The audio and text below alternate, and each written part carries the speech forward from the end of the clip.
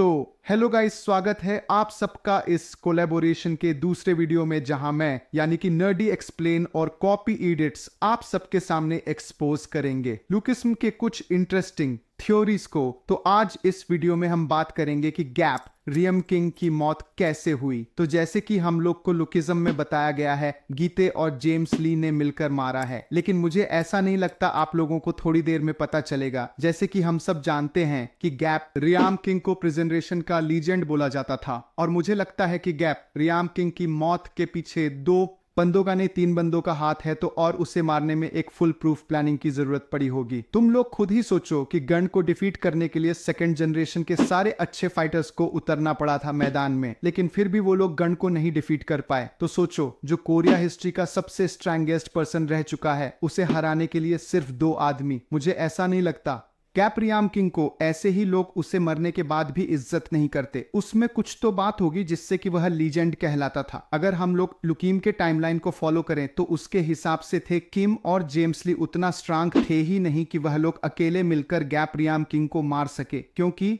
हम लोगों ने चाओंग यांग आर्क में देखा था कि जेम्स ली को स्यूजी ह्यूग से भी लड़ने में डिफिकल्टी हो रही, और गीते किम भी उस समय इतना स्ट्रांग नहीं हुआ होगा। और मान लीजिए आप किसी फाइट में इन्वॉल्व और आपको पता है कि आप अगर ये फाइट हारे तो आप मारे जाएंगे, तब तो आप अपनी पूरी जान लगाकर ही फाइट करोगे ना।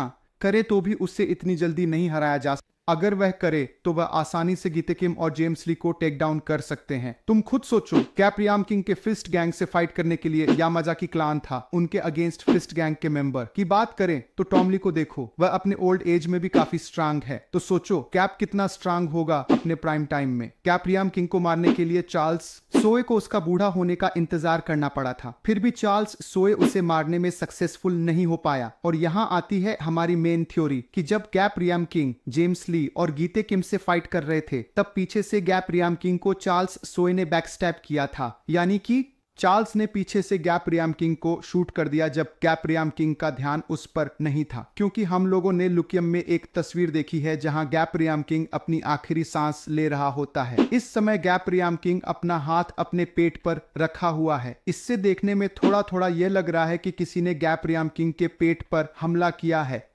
हो सकता है ये चाकू हो, लेकिन हम अभी सिर्फ प्रिडिक्शन ही कर सकते हैं। हालांकि ये भी एक प्रिडिक्शन ही है, और हमें पता है कि पीटीजी कभी भी कुछ भी कर सकता है। जैसे कि उसने गन को प्लॉट आर्मर देकर इतने सारे चैप्टर्स में बचा के रखा, और इसके बारे में हम कुछ नहीं कर सकते। कब पीटीजे का दिमाग सटके और वह लुकीम में कुछ बवाल ला दे, हमें पीटीजे के बारे में कुछ नहीं पता। कब वह क्या कर दे, किसी को कुछ नहीं पता। तो गाइस, आपको ये वीडियो कैसी लगी कमेंट में बताइएगा जरूर, और मिलते हैं अगली वीडियो में। तब तक के लिए गुड बाय।